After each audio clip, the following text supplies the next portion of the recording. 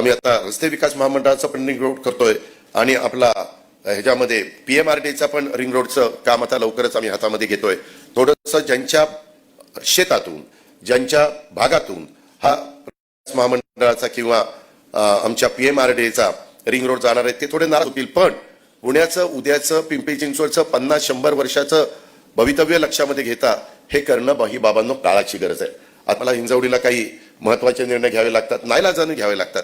मलाही काही समाधान मिळत नाही त्याच्यातनं, कारण त्या काळात हिंजवडी असेल, बाकीचा माणचा परिसर असेल, तिथली वेगवेगळी गावं असतील, इथली परिस्थिती सूस असेल वगैरे, सगळीच गावं, तिथली परिस्थिती वेगळी होती, ती गावं होती.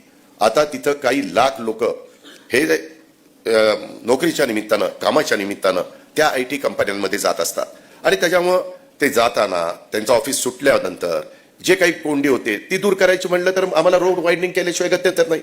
आम्ही मेट्रो जेवढी वरनं साईडनं नेता येईल तेवढी नेलेली आहे. अंडरग्राऊंड मेट्रो करायची म्हटलं तर त्याला एवढा प्रचंड खर्च आहे की तो खर्च तिकीट तुम्हाला सांगितलं तर तुम्ही म्हणाल आम्ही आमच्या सायकलवर जाऊ किंवा मोटरसायकलवर जाऊ, तुमच्या मेट्रोत बसणारच नाही. शेवटी तुमच्याही तिकिटाचा विचार करावा लागतो आणि उद्याच्या काळामध्ये ते व्यवस्थित चाललं पण पाहिजे अशा दुहेरी हेतूंनी आम्हाला विचार करावा लागतो. आणि त्यामुळं तिथं अनेक ठिकाणी आम्हाला रोड वाइंडिंग करायचं आहे. ते रोड तुम्ही आता मला खूप जण म्हणतात पिंपरी चिंचवडचे रस्ते प्रशस्त आहेत, रुंद आहेत, फ्लायओव्हर चांगले आहेत, डबल फ्लायओव्हर आहेत, परंतु त्यावेळेस किती वाईटपणा घेतला ते माझं मला माहिती. त्यावेळेस 5-10% लोक माझ्यावर नाराज होते.